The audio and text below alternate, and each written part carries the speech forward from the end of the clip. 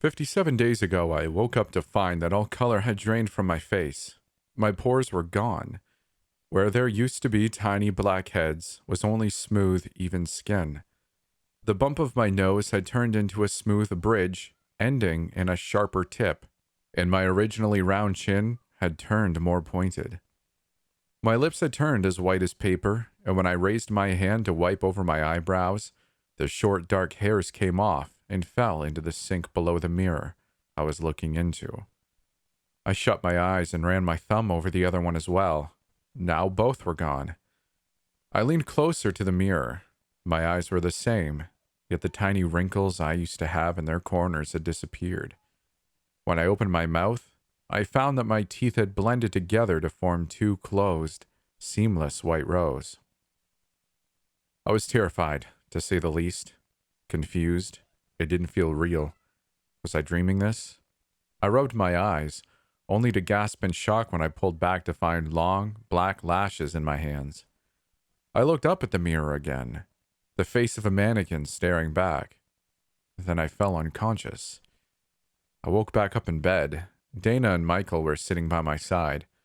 They adopted me at the age of 8, and have shown me nothing but love and doting care throughout the years. But I could never refer to them as Mom and Dad, without feeling incredibly uncomfortable. I had expected them to look scared and worried, but they appeared to be weirdly elated. Dana reached down to the small tray resting on her thighs. It held a wet cloth, a cup of tea, and a little plate with some pancakes on it. She grabbed the cloth and gently began dabbing my eyes and forehead with it. When she removed it, I could see that the remaining hairs of my brows and eyelashes were stuck to it. I slowly sat up in bed. I wanted to say something, ask what was going on, but noticed in horror that I could hardly move my lips. Opening and closing my mouth worked well enough, but I couldn't contort it properly to form words. "What?" I managed to press out. Dana smiled. "It's okay. Christine, here." She lifted the cup of tea to my lips. "Have some of this. It'll calm you down." I obediently took the cup out of her hands and drank a few sips of tea. "Sit up straight," she instructed me, as she proceeded to place the tray on my knees. She let me hand her the teacup and gestured for me to eat. My gaze flitting between Michael and her, I grabbed the fork and knife lying on either side of the plate and began to eat. As my teeth repeatedly came down onto the pieces of syrup-drenched pancake, slowly and laboriously turning them to mush, I felt tears form in my eyes. My hopes of this being a bad dream were fading. "Is it good?" Michael asked. I nodded quietly, suppressing a sob as I swallowed my bite of pancake. "You're probably very scared right now," he said softly. "But don't worry. It'll all be fine. I know it's hard now, but it's all going to be over soon." I tilted my head at him, trying to utter a question through stiff, unresponsive lips. "You'll understand soon enough," he replied, smiling gently as he took out a hairbrush, leaned in, and began to run it through my short, light brown locks, carefully arranging them into large, orderly curls again. "You must be very scared. Trust me, though. We'll take care of you." They knew what was happening. As soon as I realized this, I felt my stomach churn. I slowly laid down my cutlery and raised my head. Tears were now freely streaming down my numb cheeks. In the following days, Dana and Michael's behavior towards me changed. They were still friendly and affectionate, but something about the way they were acting was lacking sincereness. It felt staged and disconcerting. I would catch them talking behind my back more and more often as well. For example, one time they were having a conversation in the kitchen and instantly fell silent when I came in. And then there was the thing about the doctor. Of course, I wanted to get my face back. I thought I had fallen ill or something. However, my requests of making an appointment or going straight to the hospital were gently but firmly denied. I wasn't allowed to go outside, which I didn't notice at first since there was no way I could leave the house looking like I did anyways. But then I listened in on Dana calling my boss at the clothing store I work at and telling them I had come down with a bad flu. She said it would take a while for me to come back in. At the time, I didn't really think much of it, at least not as much as I do now. Michael and Dana would continue to keep me inside. In fact, they decreed strict bed rest, which is where they proceeded to keep me. Michael bought me a TV for my room and set it up right in front of my bed so I could see it from where I was resting. Dana would continuously cook my favorite meals and bring them to me. One of them would be by my side almost all day. We would play games or read together. I love to paint, so Dana carried my little desk with all my equipment on it over to my bedside. She'd even sit still and let me paint her. It was nice being pampered like that. It took my mind off my situation. In hindsight, that was probably what they had intended in the first place. My love for them and my comfort made me blind. They did give me an explanation for the disappearance of my face. "It's a family curse," Dana told me. "At a certain age, our kids lose their facial features. It was like that with me too. It can stay like that for weeks or even months, but it will go back to normal after a while. I thought it wasn't going to affect you, but I guess I was wrong. It's not that bad though. All you have to do is rest." She then kissed me on the forehead and handed me the remote control. "I look scary, don't I?" I asked. That was what I wanted to ask at least. I still couldn't really move my lips too well, so what came out was probably just a hopeless string of barely comprehensible words. Dana, however, seemed to understand them just fine. "Not to me, sweetheart," she replied, leaning in to give me a hug. I felt so safe. Everything was nice and warm. I enjoyed eating tasty things and just playing around all day. I believed Dana and Michael. I had no reason not to. That was until I overheard a conversation between them that had probably not been meant for my ears. It was late at night, and I was half asleep already when I heard Dana crying in her room and Michael's bedroom. Concerned, I silently got out of bed and snuck downstairs.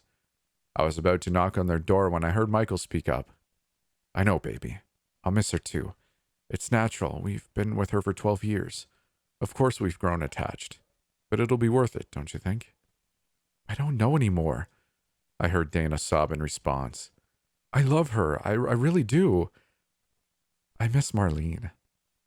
I can't think of anything but her all day. But I don't know if I can go through with this. She even looks a little bit like her." "Well, used to. But she's not her. You gotta remember that." Michael sighed, and I heard the mattress creak as he sat down beside his wife. "There's no turning back now anyways. We'll make it this time. I know we will. The thing with Phoenix was a disaster, but this time we'll make it work. Just think of how happy you'll be when Marlene is finally back, all right?" There was a long pause before Dana sniffled and whimpered one last time. "All right."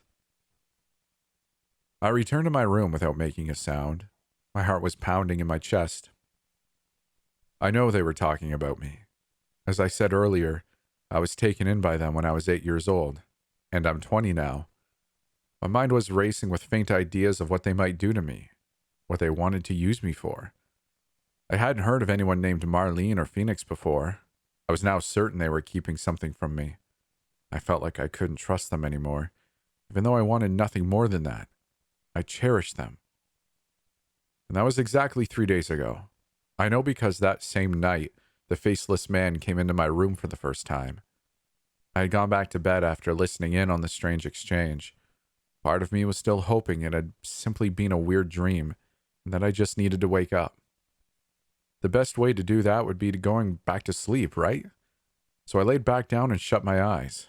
I found that I couldn't really rest, though. I tossed and turned in bed, kicking the sheets and trying in vain to nestle into my pillow. I ended up lying on my back, and that's when the strangest feeling overcame me. I slowly opened my eyes.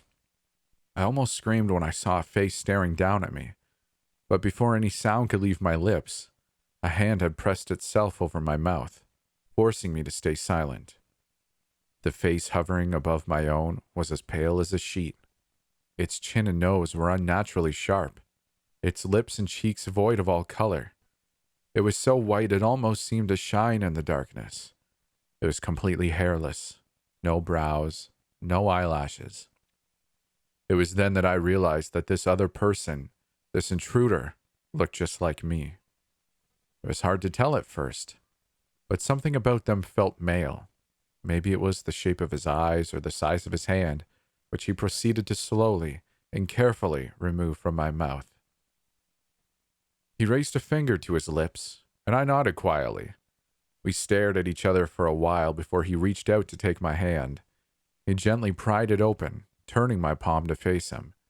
He then began to draw onto my skin with his finger. It took him a few tries for me to finally understand that he was writing something. At first, a simple line, followed by him stroking over my open palm, as if to erase it or something. It tickled a bit, but apart from that, it was almost affectionate. I shook my head and let out a low hum, trying to tell him I didn't get it. He looked up at me and let go of a soft breath. He sounded exhausted. Still, he lowered his head and repeated the motion. I nodded eagerly, pointing at him to communicate that I finally understood. I could still see little, apart from a faint glow of the white color of his face in the darkness. But for a second, it almost looked like he was attempting to smile. The corners of his stiff lips were pointing up ever so slightly. He proceeded to write letters onto my open palm. His fingertip was cold and almost sharp. It drew chilly lines onto my sweat-laced warm skin. I watch you sleep. As much as this first sentence may have frightened me, I soon understood the necessity of keeping up communication with the man without a face. Ever since then, he's been coming in through the window every night. We talk using my phone now, typing out our messages to each other. He's made it very clear that I'm in grave danger, even though he is still holding off on explaining the details.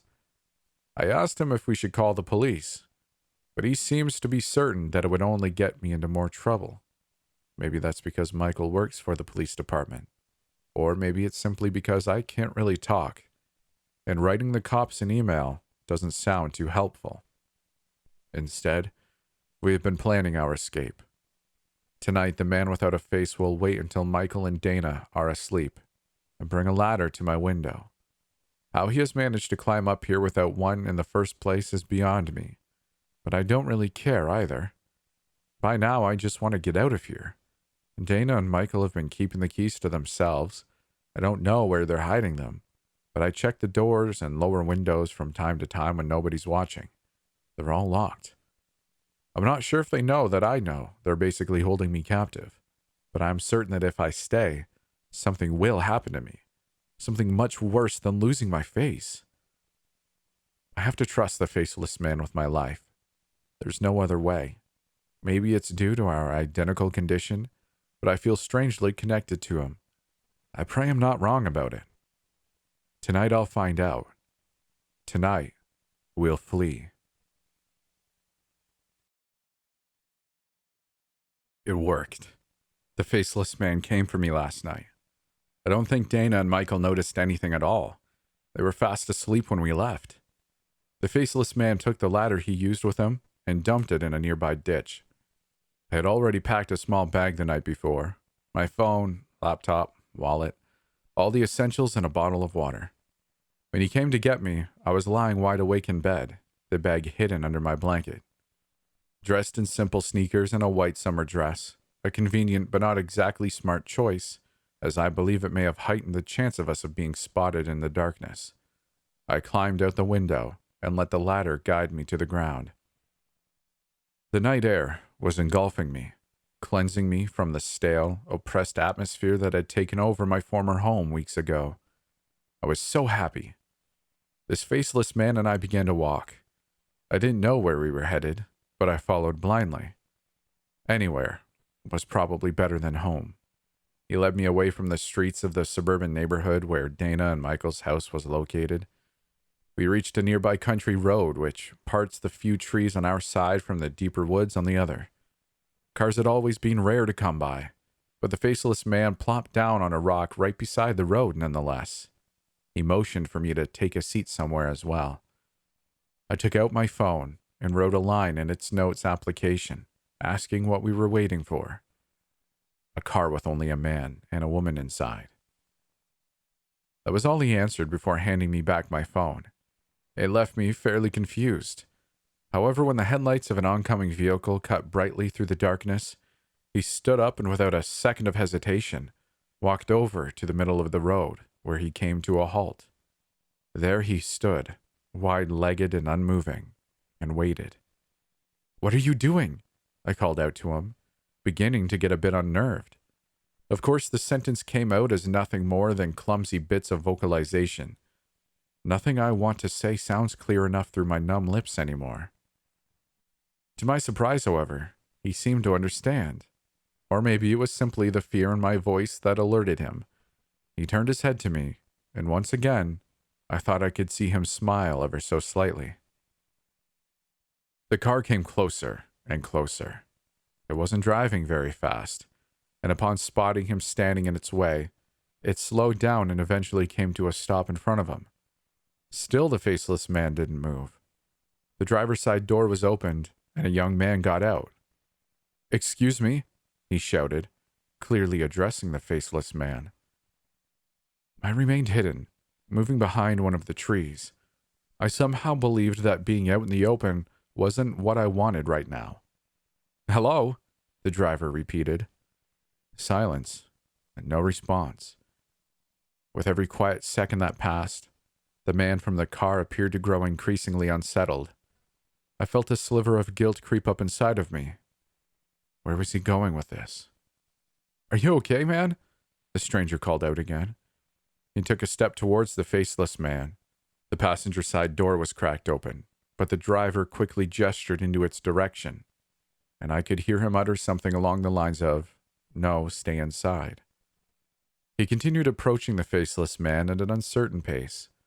I wasn't sure if he had taken note of his missing features yet, but when he came to a halt right in front of him and let out a blood-curdling scream, this question was answered as well.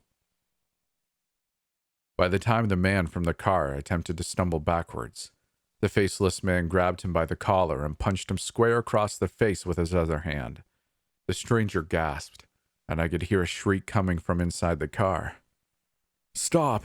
I yelled, dashing forth from my hiding spot. The faceless man raised his hand, motioning for me to stay still, and for a few seconds I obeyed. The passenger side door swung open, and a woman staggered out. I could see the panicked look on her face for just the blink of an eye before she began to run down the road into the direction opposite from us. This seemed to alert the faceless man. He appeared to have knocked the guy from the car out completely by then, seeing as when he let go of his collar, he sank to the ground. I stumbled forward, trying to catch him before his head could make contact with the rough pavement. To my surprise, I succeeded.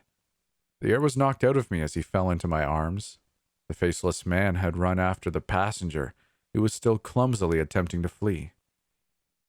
She was wearing high heels, which were making it hard for her to get away. The faceless man didn't even need to catch up with her. I watched in horror as her weight shifted to the side, and she fell. I don't know if it was her ankle snapping, but she let out a sharp scream of pain and hit the ground almost instantly. The faceless man slowed down until he halted in front of her. He looked around before bending down and picking her up. She wasn't really struggling, just crying and thrashing around in his arms. He walked over to me and carelessly dropped her next to the man she'd been driving with.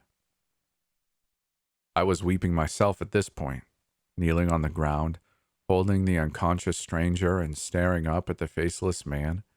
I felt the tears running down my cold cheeks. I was shivering.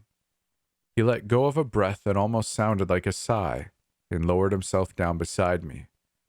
He wrapped his arms around me.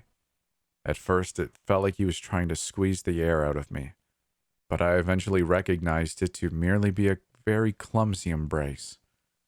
I didn't really feel like hugging him back, and still sobbing, wiggled my way out of his arms, careful not to drop the unconscious man's head, which I was still holding up. The faceless man sighed once again before standing up and walking around me. He gently removed my hands from the driver's limp body and laid it out on the pavement before him. Bending over him, he began to touch his face. He He ran his fingers over his cheeks, his eyelids, brows, and lips. My eyes widened when I saw the color slowly beginning to drain from the man's face. His lips turned white. The hairs of his brows and lashes vanished underneath my companion's fingertips. His nose slimmed into a smoother, pointier one. The faceless man raised his head. My jaw dropped. It was his now. It was the stranger's features, but on his formerly nondescript face. Meanwhile, the driver of the car had been left with his mannequin-like emptiness. We were in luck. I almost jumped at the sound of the voice. He had only been able to produce small gasps and moans before. Now he was contorting his mouth, grimacing and frowning as if testing out his new face, trying to get used to it. How? I tried to press out. Whether he understood or not made no difference. Put your hands on her face, he commanded, pointing at the crying woman. I hesitated. He groaned and turned the girl onto her back and pressed her to the ground by her shoulders. Be careful. They get ideas sometimes. I got my hand bitten before. I didn't want to. I really didn't. But I didn't want to wait for the faceless man to get angry at me either. I placed my palms on the woman's cheeks, smearing the fresh, warm tears on her skin as I began to let them roam. My own face started to tingle, and my hands grew oddly warm. It felt like the pressure that had kept my mouth closed and my forehead stiff was slowly draining from my head. I watched as, under the touch of my fingers, the girl's face began to turn into the same mannequin visage I had sported seconds prior. Her eyes fell shut, and her head sank to the ground. Help me get them up, the man ordered. I was too dazed to refuse. We grabbed the two people and placed them inside the trunk of their own car before getting inside, him taking the wheel. I dared to take a quick glance into the rearview mirror, leaning over to inspect my face, only that it wasn't mine. It wasn't me looking back. I hurriedly turned my head again. Once the formerly faceless man had started driving, not a single word would go on to leave his mouth until I spotted the bright lights of a rest stop in the darkness ahead of us. He pulled up outside. It was one of those large gas stations connected to a few small fast food restaurants and convenience stores. He sighed and leaned back in his seat, turning to give me a stern look. You're kind of shaken up now. I get that. No worries, though. Soon as we're done with our faces, we'll get those two in the trunk to safety. So I don't want you doing anything stupid when we're in there. We need food. He smiled softly, but it didn't really come off as too warm. If you're good, I'll let you choose what we're going to have for dinner. What's happening? I whispered, stifling a sob. He growled ever so slightly. Would you please not start crying again? He hissed. It's getting on my nerves. I swallowed, nodding and breathing a little. I'm sorry, before daring to look up at him again. So, I found out about borrowing faces soon after I ran away. You've seen how it works. It lasts for about 10 hours, during which they're unconscious. Then we go back to blank, and they go back to normal. You can't fight it. It happens on its own. So apart from a few bruises, we didn't cause any lasting damage back there. He cleared his throat. I'm not a talky guy, I'm sorry. But by you doing something stupid, I meant drawing attention to us in any way. I hope you're not dumb enough to believe I'm your enemy, or that you can or should run away or alert anyone. As soon as your face is blank again, everyone who sees you will run anyways. What I'm trying to say is, you have absolutely nowhere else to go, so stay. He fell silent, staring me right in the eyes. You understand that, don't you? Yes, I muttered, unable to break his gaze. And you promise you won't cause any trouble?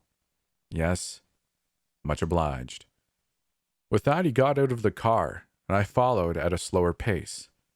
When we were walking up to the store, I kept looking over my shoulder. I was way too nervous to stay still. Do you have any money on you? I asked. Of course. I paused, trying to think. There had been something I'd been meaning to ask him, but it took me a few seconds to remember. Hey, what's your name? Phoenix. I'm Phoenix. I'm Christine, now shush, he interrupted me. We had reached the entrance and the glass door slid open for us. The bright white light stung my eyes and I turned my head. The man, Phoenix, gave me a quick smile which was probably meant to reassure me, but sadly failed to do so. I was unsure of whether it was the fact that his face wasn't his own, but every single friendly expression he would attempt to muster looked utterly forged and alarming. Look around a little. It'll calm you down. See if you want anything. Don't hold back. We need lots of stuff anyways. I nodded and reluctantly walked off, watching as he disappeared between the aisles. My heart was still pounding rapidly in my chest, and my ears were ringing. I tried to focus on the products I was looking at, wandering from the liquor section over to the magazines, until I eventually ended up in the candy aisle.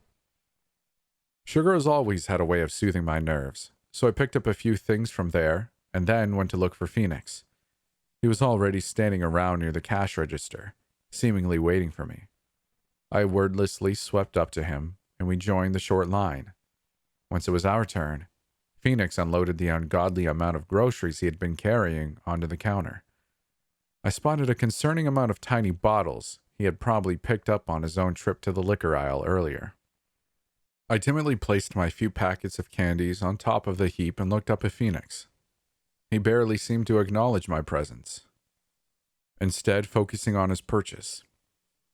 Once it was all bagged, I offered to carry some of it, but he declined and scooped it all up, restoring the awkward silence between us as we walked back to the car and continued driving. After what must have been another 30 minutes on the road, Phoenix steered the car off onto a gravel path, leading away from the streets and deeper into the woods that had been flanking us the whole time.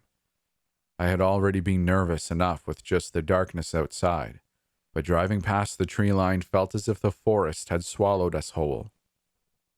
Eventually, Phoenix stopped the car and got out. "Welcome home," he said dryly, once I joined him outside. We were standing in front of a log cabin. Phoenix motioned for me to get out our shopping bags while he pulled out a set of keys to let us in. It was warm inside. The gentle light of the ceiling lamps was quick to chase away all that had made me shiver back outside. The cabin wasn't too remote. I watched as Phoenix stored all of our purchases in the fridge and pantries of the small section of the building that was his kitchen. "Feel free to get comfortable. Bathroom's behind the little door back there, and you can just go ahead and watch TV or something. If you're hungry, well, you saw where I put the stuff. Don't hold back. Better get used to everything. You're going to be here for a long time." He paused, frowning. "Don't look in the freezer yet, though, if you happen to stumble across it, okay?" I raised a brow. "Why not?" "Just don't, okay?" "Okay." "Okay," he repeated, letting go of a short sigh. "If someone knocks, don't let them in. It's not me, I got the keys. Keep that in mind. I'll take care of our little problem in the trunk now. The plan is to get the car close to the rest stop. Then I'll get them back on their seats and leave them there to sleep. I'll have to walk home, so it might take a while. Don't worry, and if you get tired, don't wait for me to come back. Probably better for you to get some rest soon anyways." I waved him goodbye as he walked out the door. A few seconds later, I could hear the car door slam and the engine sputter to life. I'm not sure how long it's been since he left, but I've decided to take his advice to heart, and don't worry. I'm not sure how long it's been since he left, but I've decided to take his advice to heart and don't worry. Instead, I'm using the time he's not around to cry right now. I feel like I've been going through every emotion a person can have in one single day. Relief, fear, sadness, concern, guilt. I try not to think about the two people we ambushed in the woods. I need to believe they're okay. I've never hurt anyone before or even witnessed anything like it for that matter. I hate myself for letting it happen. I pray they won't remember and that neither of them are hurt. But all I know for sure is what Phoenix said about the works of borrowing faces. At least he was right about something, though. I realized it while I was waiting. I truly do not have anywhere else to go.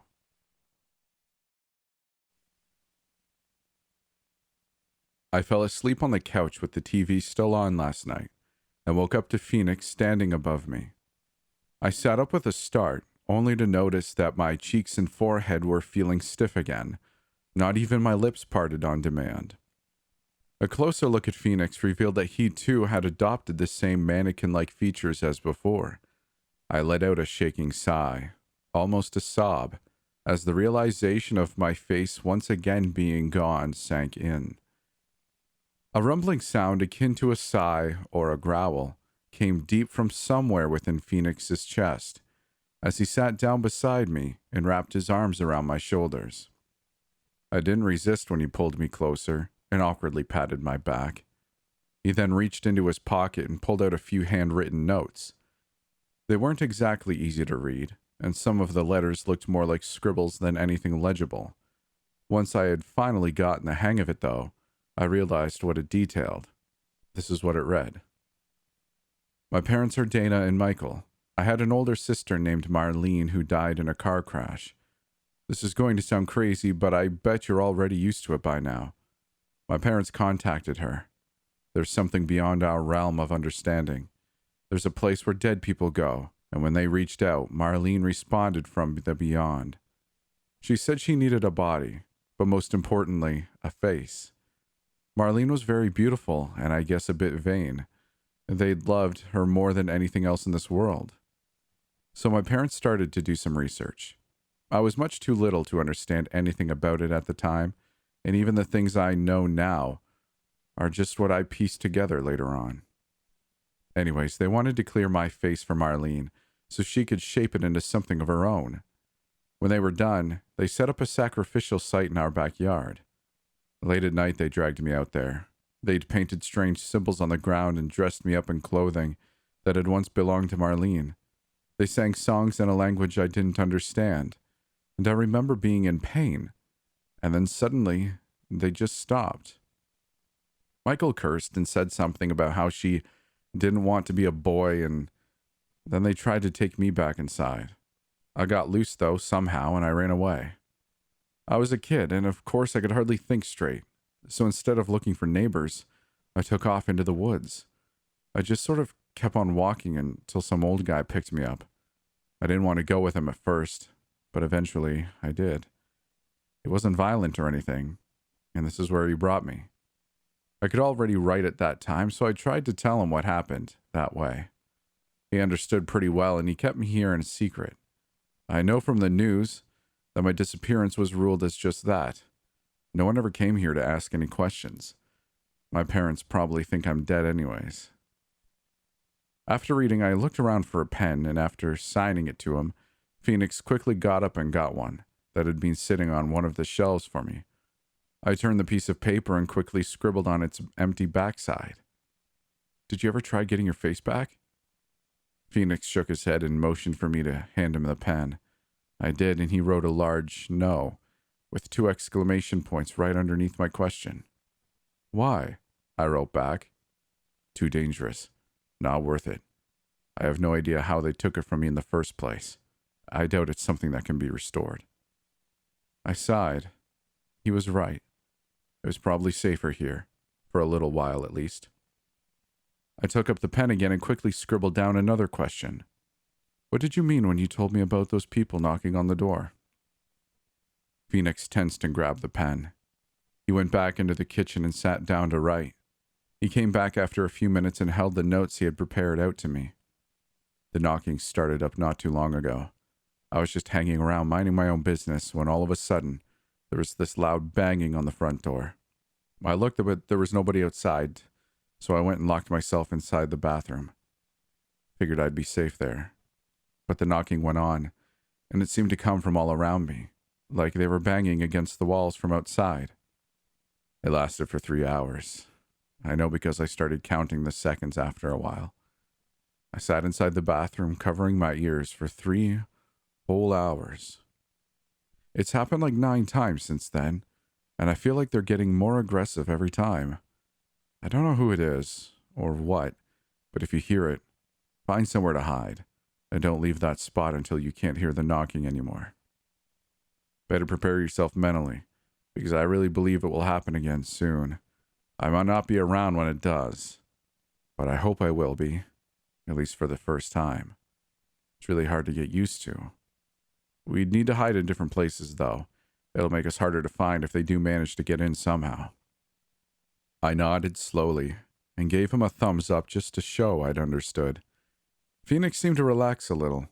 His shoulders dropped and he gave me a pat on the arm. Here's the thing.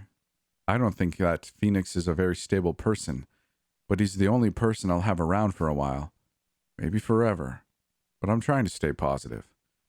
Either way, I'm aware I will probably be spending an awful lot of time around him in the near future, so I figured it would be best to get on good terms with him. I was certain if we would just get used to one another, we could even become something like friends. At the very least, I do not want him to get pissed at me. Lord knows what he's capable of when he's mad. Therefore, I started to keep him company around the house. It was very pleasant at first. I helped him cook lunch and we ate together. I still have trouble chewing and sometimes even swallowing, but it was nice to be full again, and I suppose practice matters. Afterwards, we cleaned up and sat down to watch some TV. Apparently, we're both into painting tutorials. I like them because they're relaxing, and I learned a lot through them. I'd assume it's the same with Phoenix, but we didn't write for a while after the explanation about the knocking, so I have no clue. I thought it was a good start. All was well until suddenly, Phoenix rose from his seat. His eyes were darting around the room, his head snapping into different directions as if he was following a moving sound. I got up as well, tugging on his sleeve and trying to get him to somehow communicate to me what was wrong.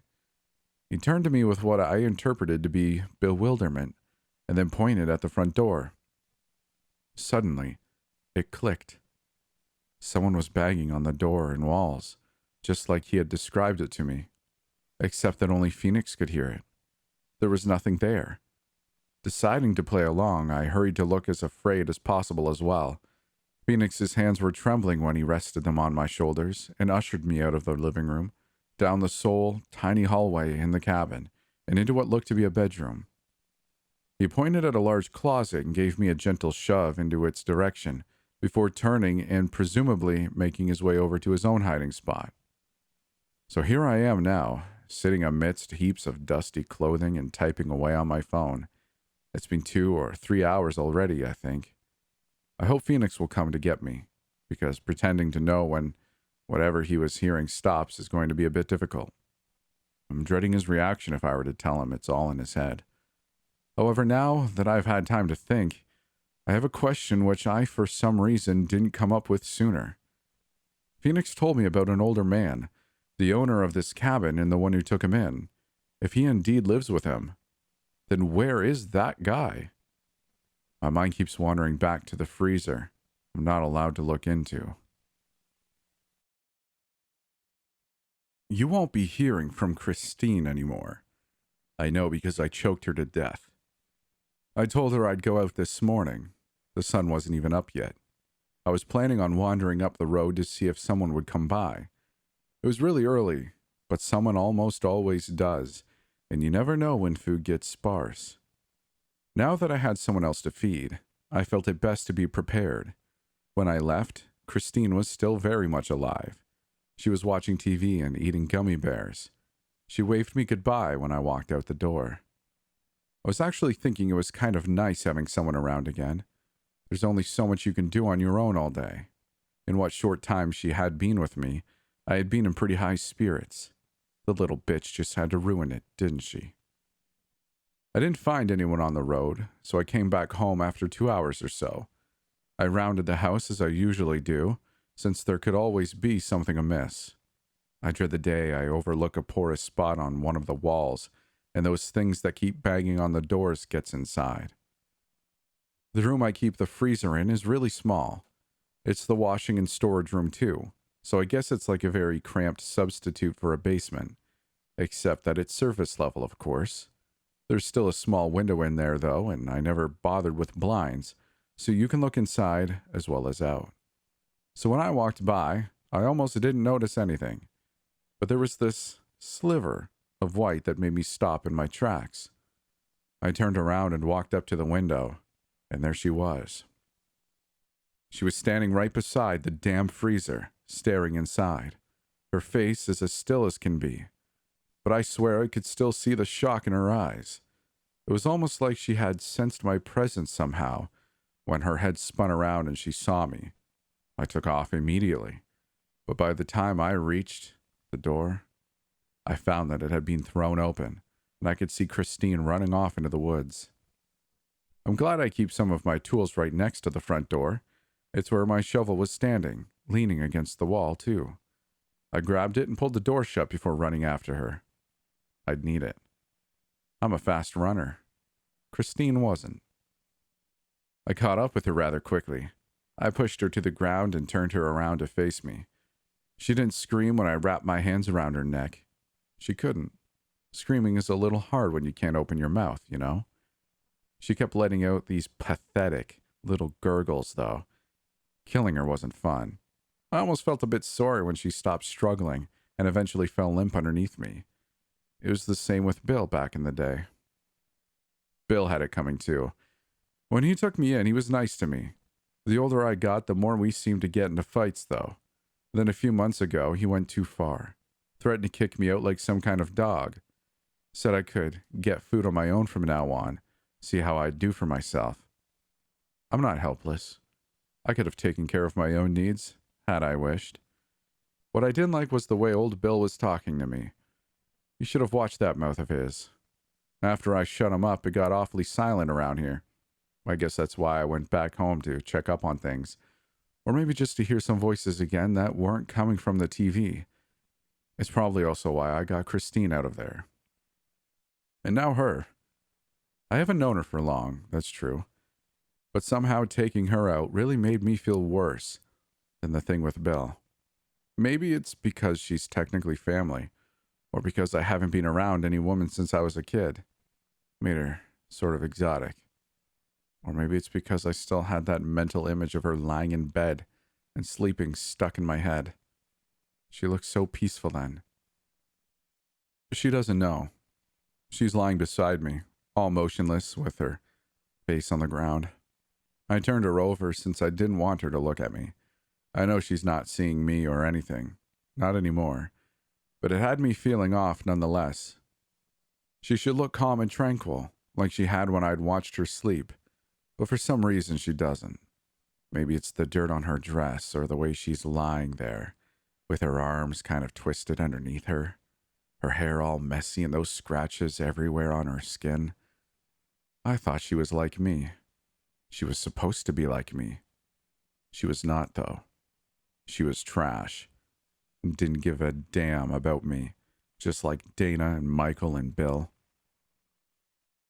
I dug a hole for her already. It's worn me out, so now I'm sitting here for a while.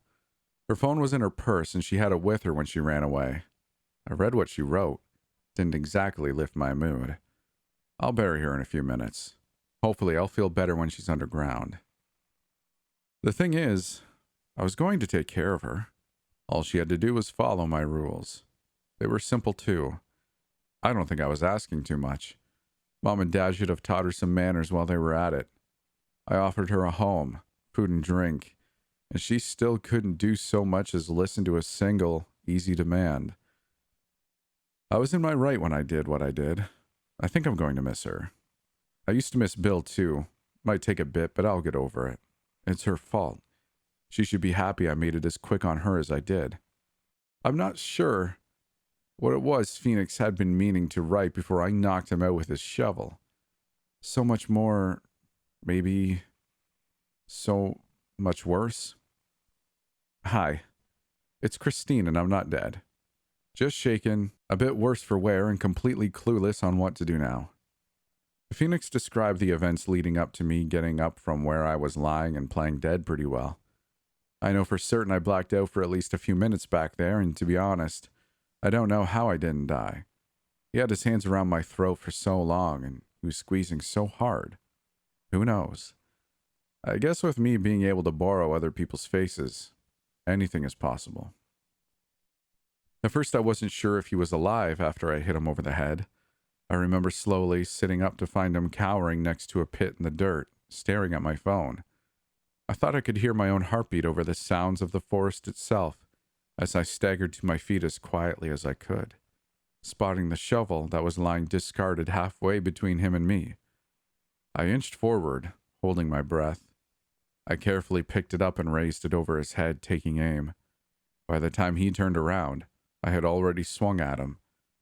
The last thing I saw and heard of him before he dropped to the ground was his eyes growing wide, and a loud gasp as the shovel connected with the side of his empty, snow-white face. As my makeshift weapon fell from my hands, I finally dared to breathe normally again. Once I had caught my breath again, I checked that of Phoenix. He was still alive. I could feel his pulse when I rested my fingers on his wrist, and his chest was rising and falling rhythmically. I grabbed my phone from where he had dropped it and stuffed it back into my purse. It took me a few minutes to decide on what to do with him. I could have killed him if I'd hit him some more. It would have been the safer option, but unlike him, I know I couldn't live with anybody's blood on my hands. Leaving him in the woods would mean having him run around unrestrained once he would wake up again. So I ended up dragging him all the way back to the cabin. I brought him into this small washing room, the same one where I'd found the freezer and used both rope and cable binders, as well as duct tape to tie him up. These were all things I found around the house. I admit I used more than just one of these on his wrists, and ankles especially, but knowing he was strong, he would probably try to break free the second he'd come to, and if I wouldn't take precautions, his chances of success would be too high for my liking. As I said, I don't know what to do. Part of me thinks I should go back to Dana and Michael's place. It's them who started all this. They're the root of this problem, so if there's a way to end it, it has to be connected to them.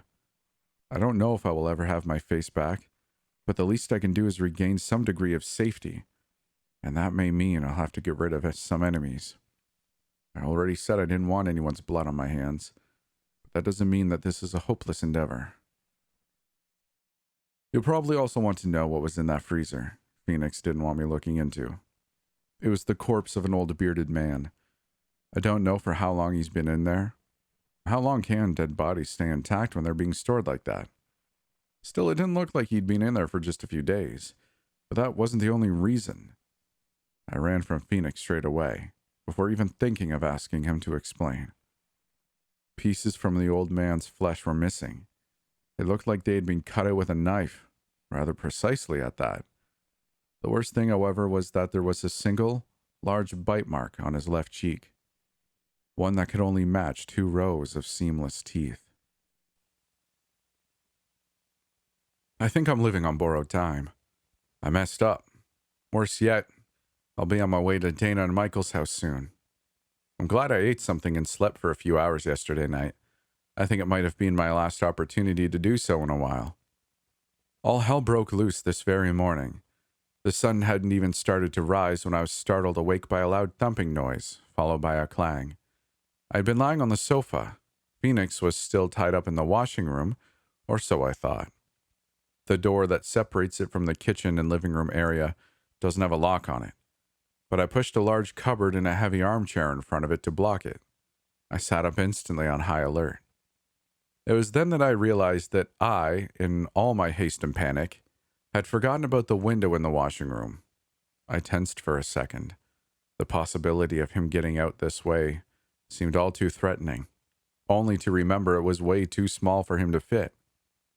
Or was it? I couldn't stand not knowing for sure. Phoenix's flashlight was resting on a shelf in the kitchen. Armed with this, I made my way outside, my heart pounding like a sledgehammer. The night was quiet, ominously so. There were no insects chirping, no twigs snapping under some forest critter's feet, not even an owl hooting. I rounded the house's corner until I stood outside the washroom window. It was only then that I dared to make use of my torch. I turned it on and aimed it at the dark window, only to let out a startled scream upon finding Phoenix's mannequin face staring back at me from behind the broken glass. I almost dropped the flashlight and hurriedly backed off, stumbling in the process. I quickly caught my footing and straightened up, still breathing heavily as I held Phoenix's cold, hateful gaze. Neither of us made a sound. Not that we would have been able to form words anyway, or at least that's what I thought. The faceless man, however, looked at me, his eyes sharp and piercing like he was staring right into my soul. And then he opened his mouth just a bit and spoke. His stiff, colorless lips parted only reluctantly.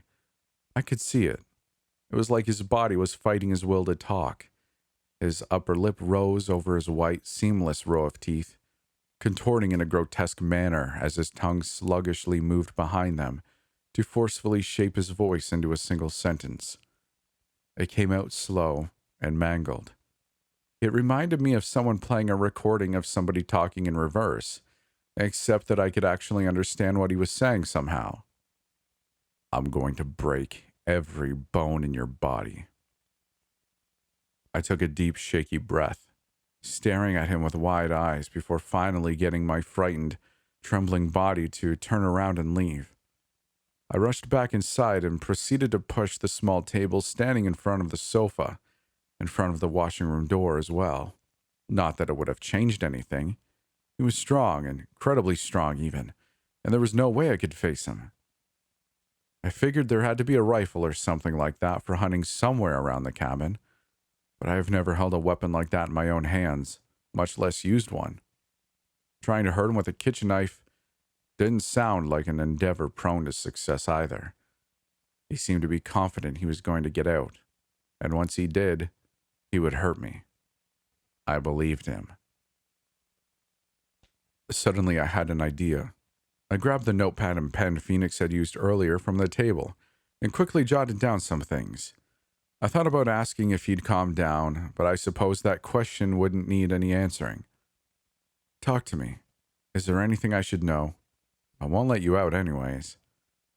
I went back to the window, careful not to step too close to it. I tossed the notepad and pen inside before shining the beam of flashlight into the dark room. I couldn't see a thing. Phoenix must have been cowering on the floor. After a while, I could hear him moving around inside, followed by the scratching of pen and paper. A few seconds later, the notepad and pen came flying back at me. I picked them up and found the answer more carved into the notepad than written on it. Trash. I tried not to look afraid. At that moment, I was actually a little happy my face was frozen and pale already. I turned on my heel and went back inside. I set my phone up to charge while I began to rummage around in the kitchen pantries and fridge, grabbing whatever I thought I could survive a trip in my bag. I knew something was going to happen soon. I had to be prepared to make a break for it, and once I'd flee, I knew I wouldn't be able to come back. I don't know if I mentioned it before, but there's another car outside. It's a bit beaten up, and I'm not sure if it's still in a condition fit to drive, but I figured that once push would come to shove, it'd be better than nothing. Deciding to enjoy my last few hours of peace, I laid back down, trying to ignore the thought of Phoenix pacing to and fro in the washroom that was gnawing away at the back of my mind. Just as I was beginning to slowly drift off into some dark, quiet place, somewhere between sleep and consciousness, I heard a loud thud. I shot up and spun around to find the cupboard blocking the washroom door had tipped over. This was my cue. I grabbed my bag with all of my belongings and what few supplies I had gathered in it and ran for the door only to realize that I couldn't find the car keys. I cursed under my breath as I began to go through the pockets of the coat hanging beside the door, then the drawers of the small cabinet next to the front door. If only I had started looking for them earlier, back when I had had the chance. Another loud thumping sound followed, then a creak and the noise of wood dragging over wood. A glance over to the entrance of the washroom was enough for me to realize that Phoenix was on his way out. The door was inching open, the crack growing wider and wider. He was pushing against it with all his might. I could hear him groan from within the darkness of his makeshift cell. Soon it would be big enough for him to slip through. I began to panic. My mind was racing and my breathing was quickening. My hands frantically combing through the mess of small objects. My shaking fingers finally made contact with something cold and hard. It was the key. I tore it out and staggered to my feet, proceeding to dash outside. The second the night air was engulfing me again, I could hear a final wooden clatter, followed by a mix of a deep, angry growl and a scream of rage, as Phoenix burst through the door. I sprinted out to the car, ripped open the door and hopped inside, hurrying to lock up the vehicle. Turning the key in the ignition, the engine rumbled to life, but to my surprise, the car suddenly lurched forward, and I was thrown out of my seat, my head painfully connecting with the steering wheel and triggering the car horn.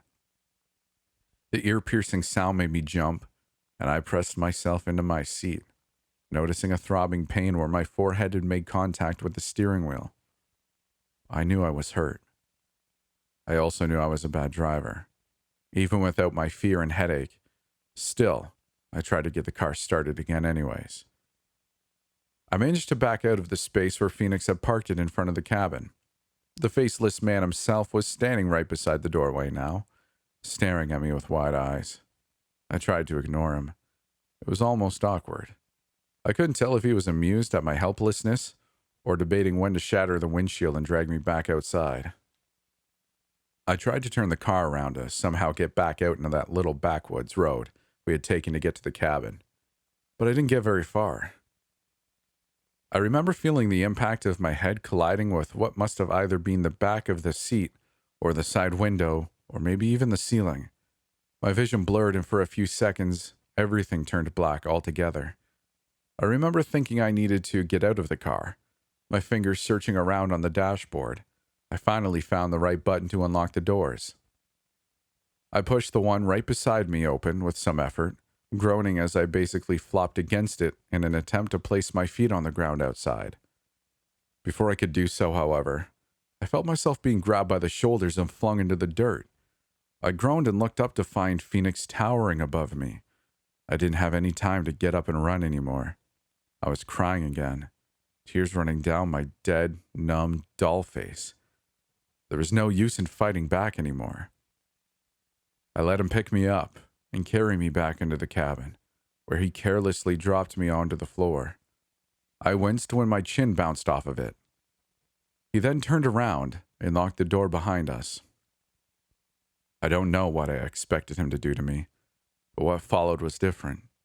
He took up a pen and paper again and sat down at the table. Every time I tried to get up from where I was lying, he'd stand up, come over, and kick me so hard I'd scream. And then I'd stop trying. I watched him through a veil of tears, from my spot on the floor, watched as he filled the blank pages before him one by one. My shoulders were shaking slightly, moved by my quiet sobs, yet not by much. Even lifting and lowering them the tiniest bit hurt like hell. When he was finally done, he gathered his writings, got up from his chair and came over to me, proceeding to grab me by the arm and roughly pull me to my feet. He shoved me onto the sofa and handed me the papers. Most of what he wrote has to do with what he's going to do to me when this is all over. But the middle part is pretty interesting. We're going back to my parents' house. Trying to kill you really screwed me over emotionally, but it also made me think a couple of things over. And Dana and Michael won't be able to use me for their screwed up little games anyways, since Marlene wants a female body. Therefore, if we go and try to end things, I have your assistance without risking my own life. We're going to go back to the road now. We might not be as lucky as we were the first time, but I'm sure a car will come by eventually. We'll take it back home, and there, we're going to confront my mother and father. If something goes wrong, I'll flee and leave you at their mercy. Maybe they even know of a way of giving me back my face. If that's the case, I'll leave you to them in exchange for it. If we have to use force and manage to subdue them, and we somehow succeed and make it out alive, I'll kill you as soon as Michael and Dana are dead. So there's that. The rest is just him rambling. I don't want to spare you the details. I'm not sure how things will go when we meet Michael and Dana again. We're ready to set out this very evening. I'm really hungry right now, but I'm too afraid to ask Phoenix for food. Therefore, all I can do is sit on the sofa writing this, watching him eat in the kitchen. Whatever is going to happen tonight, I know I won't make it out alive. I'm trying to keep at least the tiniest shred of hope, but I'm starting to lose faith. I really don't have much to look forward to. Shortly after my last update, the faceless man and I set out for the home of the people who had once been our parents. He ushered me out the door, shoving me ahead as we walked through the woods into the direction of the dark forest road. Phoenix had taken a rifle that had probably once belonged to the old man who took him in with him, but he hid it, and himself, in a bush once we had reached the roadside, in order to avoid coming off as even more suspicious. Instead of standing up in the middle of the road, like he had last time, though, he grabbed me by the shoulders and guided me out onto the street before pressing me down. I understood. I didn't like the idea of playing dead at all, but I knew that if I angered him any more than I already had, there would probably be no need to pretend at all in no time. I laid down, the rough pavement scraping my palms and knees. I turned to face away from the driving direction, my cheek resting on the strangely warm, hard ground. Maybe it would have hurt, but I still couldn't quite feel anything on or around my face, at least not in the way that I used to. And so we waited. I couldn't see Phoenix, where he was hiding behind me. I couldn't see the car coming either, but I could hear it. More so, I could feel it through the road, or at least I thought I could. My heart was hammering in my chest. Thoughts of all the ways this plan could go wrong running through my head. What if who was ever in the car wouldn't see me? What if they'd run me over? I stifled a breath of relief when the car stopped a few feet ahead of me. I could hear the doors being thrown open and hurried footsteps approaching. I felt a sudden twinge in my heart upon realizing what was going to happen. Phoenix hadn't just taken the rifle for Dana and Michael. In his state, who knew what he'd do to these people? I could only hope they had to be alive for us to use their faces. Still, the thought of them falling for our trap somehow had me even more disturbed than the last time. I prayed that there would just be two of them. Maybe then he wouldn't hurt them too much. "Oh my God, is she dead?" The high-pitched voice of a young woman called out. "Hold on, stay back," a male voice responded, this one much closer to me. And there it was, a third voice. My blood ran cold. "Dude, get back here. Call an ambulance or something. Don't touch her." The man near me simply gave a disapproving grunt before bending down beside me. I could feel his hand on my shoulder. "Miss?" he asked softly, his fingers wrapped around my upper arm. Please don't turn me around, I remember thinking. I wish he'd listened to his friend. I didn't bother keeping my eyes shut as he rolled me onto my back. For a split second, we gazed right into each other's eyes, his growing wide and shocked. "Damn it," he gasped, falling on his behind. I wanted to warn him, shout, scream, but my rigid lips only parted enough to press out a single word. I'm not sure he understood. It came out just as slow and distorted and mangled as Phoenix's threat prior to all this. "Run." The man staggered to his feet. He looked terrified. At the very same moment, I heard another car door slam. My head jerked around and I found a woman walk up to us, from presumably the passenger side. I cursed inwardly. "What the hell's going—" She fell silent upon spotting me. "Run," I repeated, louder this time. "Get away." I added, but it was pointless. Either they couldn't understand me, or they weren't paying attention. It was too late anyways. Phoenix had come up behind them, rifle in hand. The panicked screeching from the man in the back seat pierced the air, as the faceless man grabbed the stranger by the neck and slammed his head against the hood of the car. The woman stood frozen in place, her mouth hanging open and her eyes wide. I got up as quickly as I could and rushed towards her, shoving her towards the car, all the while repeating my futile gurgles trying to tell her to flee. Phoenix was faster, and I watched in horror as he punched her square across the face and shoved her to the ground with such force that she lost consciousness and stayed down. Suddenly I could hear the engine of the stranger's car sputter. Blinking against its headlights, I spotted who must have been the third man of the group in the driver's seat. He probably climbed over there from his spot in the back seat. He appeared to have trouble getting the vehicle moving, but what was worse was that he hadn't thought of locking the doors. Phoenix had reached him within seconds, and I watched in horror as he tore the door open, grabbed the young man and dragged him outside. He was kicking and screaming, struggling in the faceless man's grip. Realizing my chance, I lunged forward, grabbed Phoenix's arm, and tried to get the rifle away from him.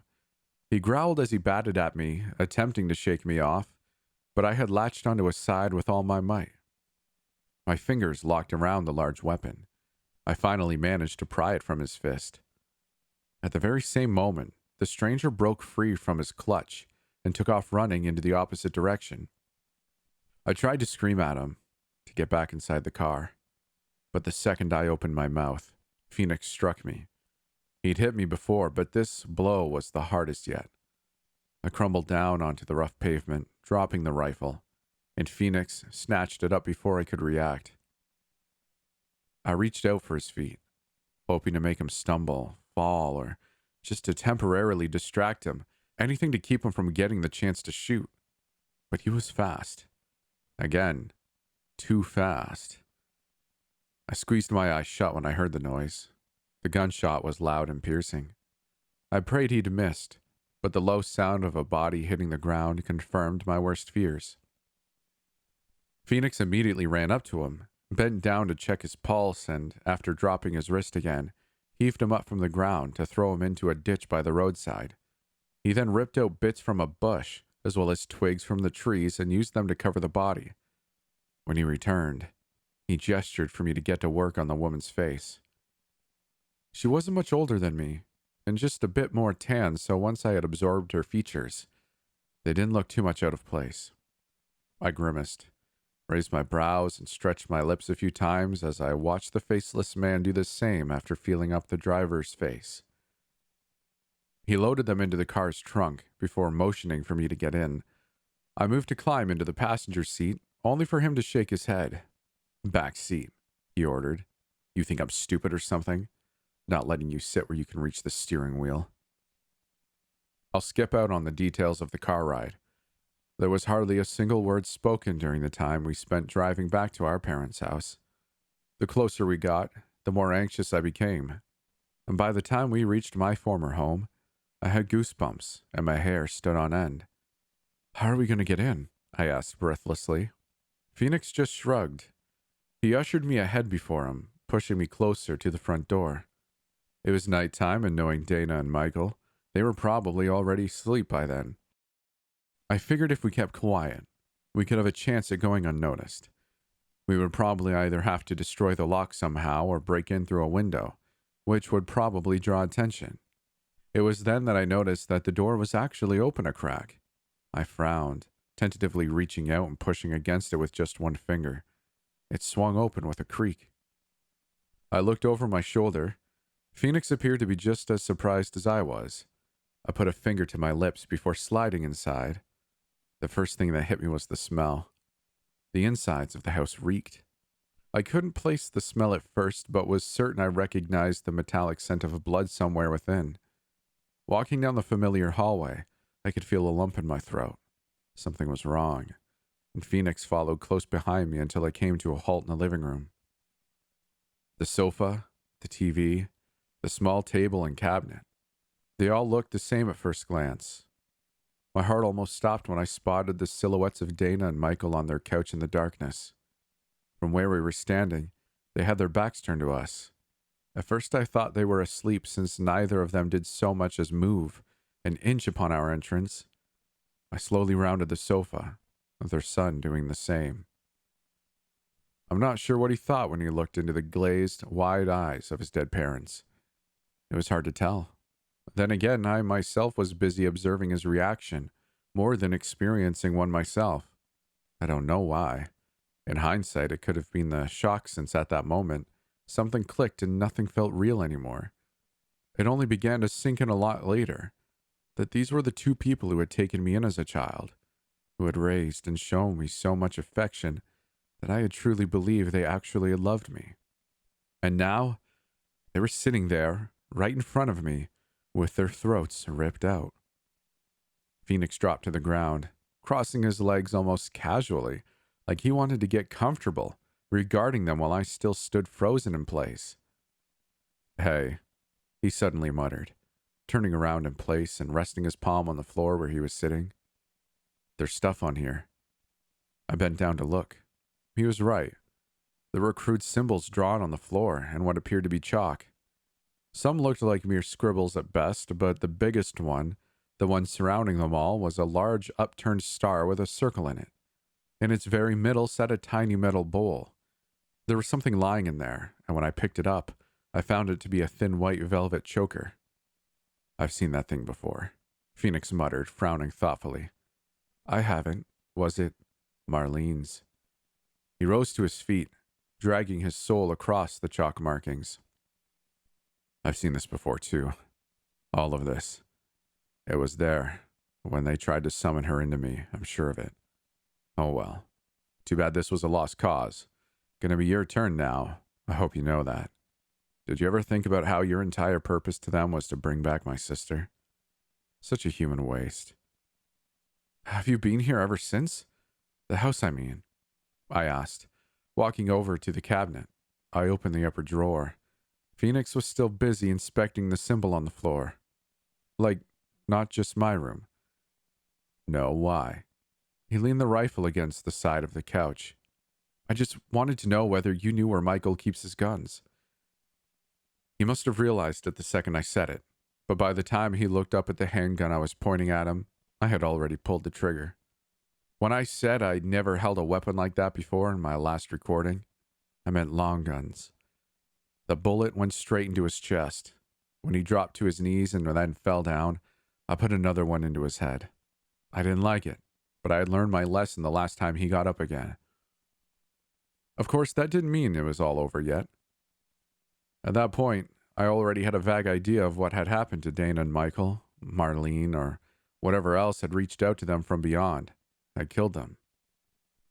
They didn't seem to be around anymore, but I had to be sure.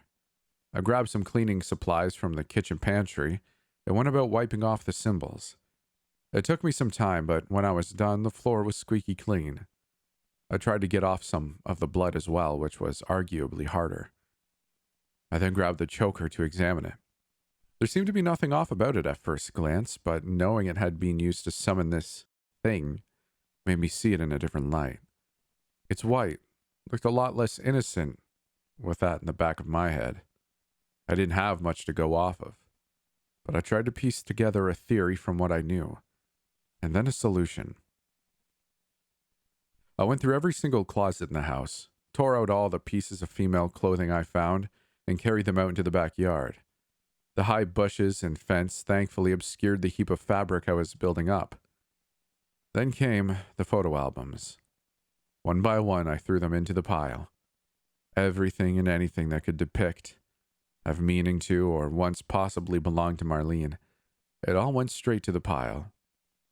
Then I started dragging the bodies outside. First Dana, then Michael, and at last, Phoenix. I shut their eyes. They almost looked peaceful now. It stung a bit knowing how much time they'd spent tormenting themselves and everyone around them just to keep this dream alive to bring back someone they loved. I placed them on the pile, hiding them underneath some of the clothing. I shoved the rifle and handgun in there as well. I proceeded to gather all the bottles of flammable liquids from around the house. Every single one. I emptied over the heap. Finally, after all was assembled and stacked up, I took Dana's lighter from inside the house and set the thing ablaze. It took me a few attempts, but soon, flames lit up and began licking at the heap of traces of Marlene. I'm on my way to the cabin right now, and just put in a small stop since I was getting dizzy and had to throw up. The stranger's car is still outside our former house, but I opened the trunk, so as soon as the man and woman Phoenix put in there wake up, they'll be able to climb out and hopefully call for help. I know I should probably get my head looked at someday soon. It's more plausible that I might have sustained a concussion. First, I need to check back at Phoenix's place, though. I have to know if Marlene's old clothing, which she arrived in, is still there.